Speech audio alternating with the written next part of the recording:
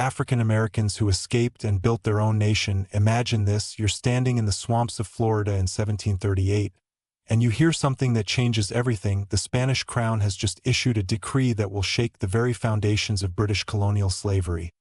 Any enslaved African who escapes from the British colonies and makes it to Spanish Florida will be granted freedom. Not just freedom, but land, weapons, and the right to build their own community. And you need to understand something crucial here. This isn't just another escape story.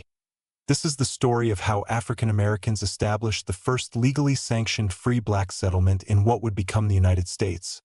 A fortified town called Gracia Real de Santa Teresa de Mose, or simply Fort Mose.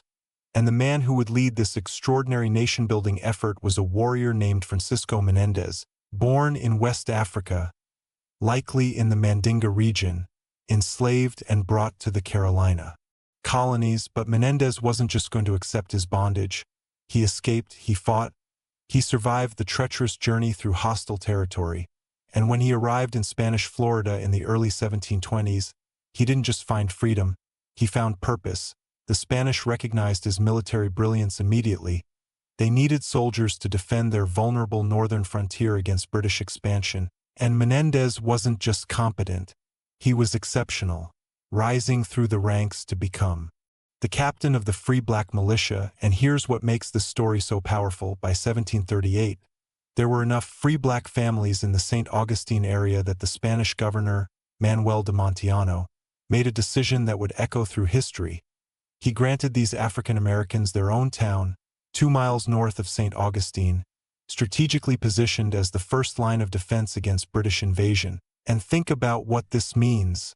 While hundreds of thousands of African Americans remained enslaved in the British colonies to the north, here in Spanish Florida, free black citizens were building homes, farming land they owned, raising families in freedom, and defending their liberty with weapons in their hands. Fort Mose became a beacon, a symbol of what was possible, and word spread through the slave quarters of South Carolina and Georgia like wildfire. There's a place where we can be free. There's a place where we can be citizens. There's a place where we can fight for ourselves. And they came, dozens at first, then hundreds, risking everything for the promise of Gracia Real de Santa Teresa de Mose, the royal grace of St. Teresa of Mose. And the settlement itself was remarkable. Archaeological evidence shows us a fortified community with a wooden palisade, a moat, and defensive positions. Inside were palmetto-thatched homes housing approximately 100 free black residents. They established farms, raised cattle, and created a functioning society with their own governance structures. Father Juan Joseph de Solana served as their priest, baptizing children born free, blessing marriages between free people, conducting services in a community chapel. And this wasn't some temporary refuge, this was nation-building. These were African Americans establishing the institutions of citizenship and self-determination. And Francisco Menendez led with both martial skill and political acumen. He corresponded with Spanish officials, he organized the militia, he settled disputes. He was, in every meaningful sense, the leader of a free black nation within the Spanish Empire. And in 1740, they would face their greatest test. British General James Oglethorpe, founder of Georgia, couldn't tolerate the existence of Fort Mose. It was too dangerous, too inspiring. Every enslaved person in the British colonies knew about this free black town, knew that freedom was possible just beyond the border. So Oglethorpe assembled a massive force, colonial militia, British regulars, Native American allies, and a fleet of ships, and he invaded Spanish Florida with the explicit goal of destroying St. Augustine and Fort Mose. And here's where the story becomes absolutely extraordinary. Oglethorpe's forces attacked Fort Mose on June 15, 1740. They overwhelmed the defenses and occupied the fort, and for a moment, it seemed like this experiment in black freedom would be crushed before it could truly flourish. But Menendez wasn't done. He gathered his free black militia, combined forces with Spanish soldiers, and planned a counterattack that military historians still study today. Before dawn on June 26, 1740, they struck, catching the British completely by surprise.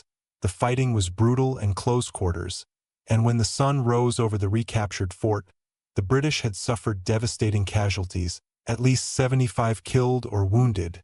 and Fort Mose was back in the hands of its free black defenders. This wasn't just a military victory, this was a statement: African Americans fighting for their own nation, defending their own freedom with skill and courage that forced the British to retreat. Oglethorpe's entire Florida campaign collapsed, and he would never threaten St. Augustine or Fort Mose again. And you have to understand the symbolism here. Enslaved people throughout the British colonies heard about this battle. They heard about free black soldiers defeating white British troops. They heard about a place where African Americans were citizens, landowners, warriors defending their own territory, and it terrified slaveholders. The South Carolina colonial government increased patrols, strengthened slave codes, and lived in constant fear that more enslaved people would escape to this free black nation in Florida. And Fort Mose continued, not without challenges. The settlement was briefly abandoned in the early 1740s due to continued military threats.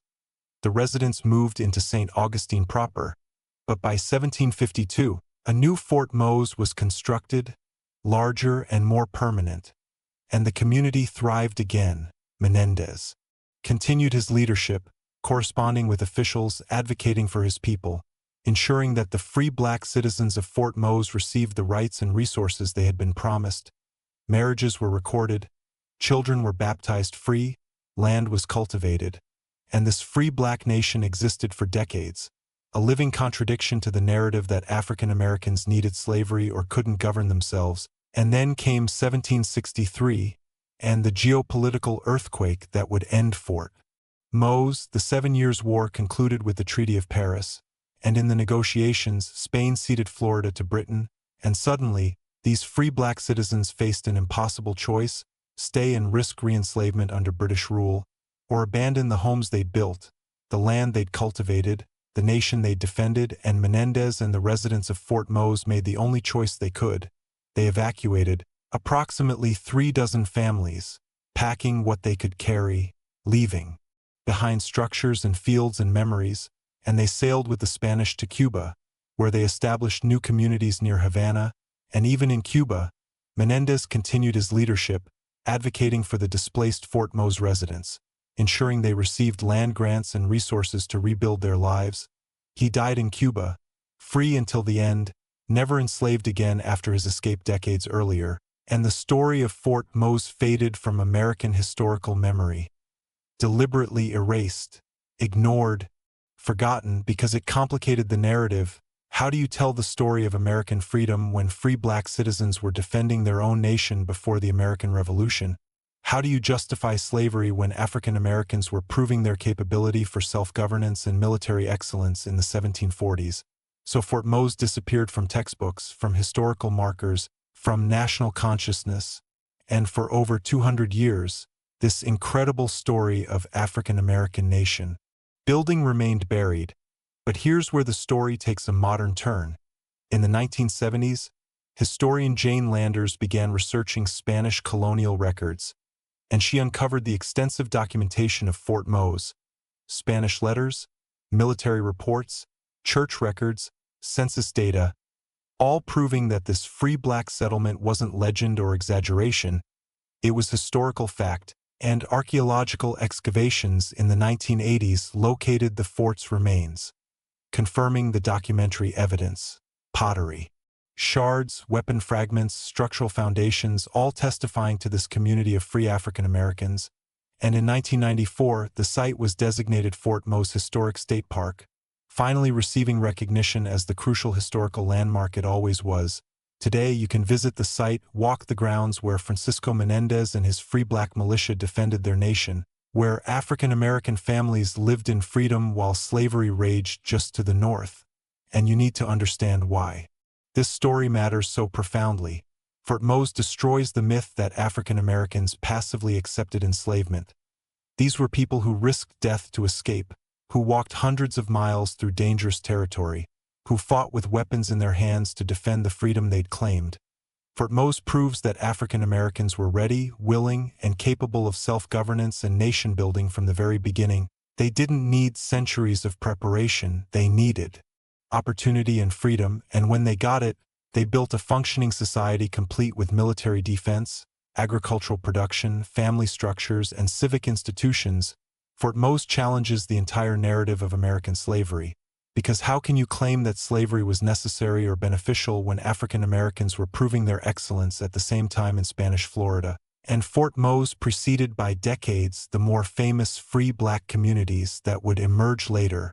Before Haiti's revolution, before the maroon communities of Jamaica gained official recognition, before the American Revolution itself, African Americans were building their own nation in what is now the United States, and Fort Mose inspired continued resistance. Throughout the colonial period and into the early American Republic, enslaved people continued escaping to Florida, continued seeking the freedom that Fort Mose had represented. The Seminole Wars of the 19th century were partially fueled by this same dynamic, free black communities allied with Seminole nations, fighting against American attempts to extend slavery into Florida. The legacy of Fort Mose lived on even after the settlement itself was abandoned, and today, as we reckon with American history, as we confront the uncomfortable truths about slavery and racism, Fort Mose stands as powerful evidence that African Americans never stopped fighting for freedom, never accepted their bondage as natural or permanent, never believed the lies told about their supposed inferiority. They escaped, they built, they defended, they governed themselves with skill and courage, and they created something extraordinary, a free black nation in 1738, and Francisco Menendez deserves recognition as one of the great nation builders in American history. A man who led his people through war and peace, who negotiated with colonial powers, who defended freedom with military brilliance, who created lasting institutions and communities.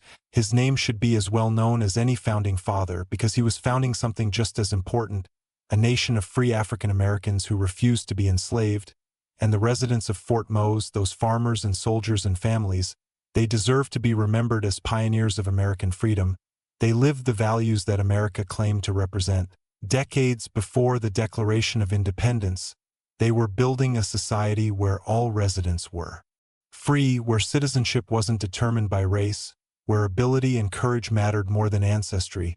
And the fact that this story was erased from American history for centuries tells you everything about whose stories get told and whose get buried. Fort Mose was too complicated, too challenging to the narrative, so it disappeared. But archaeological evidence doesn't lie, Spanish records don't lie, and now that we know the truth, we have a responsibility to tell this story, to teach it in schools, to recognize Fort Mose Historic State Park not as some minor footnote but as a crucial site in American history, to understand that African American nation building didn't begin with Reconstruction or the Civil Rights Movement. It began with people like Francisco Menendez in the 18th century, building free black nations against impossible odds. So remember Fort Mose, remember Gracia Real de Santa Teresa de Mose, remember the African Americans who escaped slavery and built their own nation, who defended it with weapons in their hands, who raised free children and cultivated their own land and governed themselves with skill and dignity. Remember that this happened in 1738, that this was real, that this was extraordinary, and share this story because this is American history that every American needs to know. This is African American excellence that deserves recognition. This is the truth about what black people built when given the chance, and it's a truth that changes everything you thought you knew about early American history. Fort Mose wasn't just a settlement, it was a declaration that African Americans would be free, that they would fight for that freedom, and that they would build something remarkable with it. And that declaration echoes through history right to this very moment. So the next time someone tells you that African Americans weren't ready for freedom, that they needed gradual emancipation or preparation for citizenship, you tell them about Fort Mose, you tell them about Francisco Menendez and the free black militia that defeated British forces in 1740. You tell them about the nation that African Americans built when they had the chance. Because this story, this incredible, powerful, true story, destroys every myth that was ever told to justify slavery. And that's exactly why it was buried for so long. And that's exactly why we need to share it now.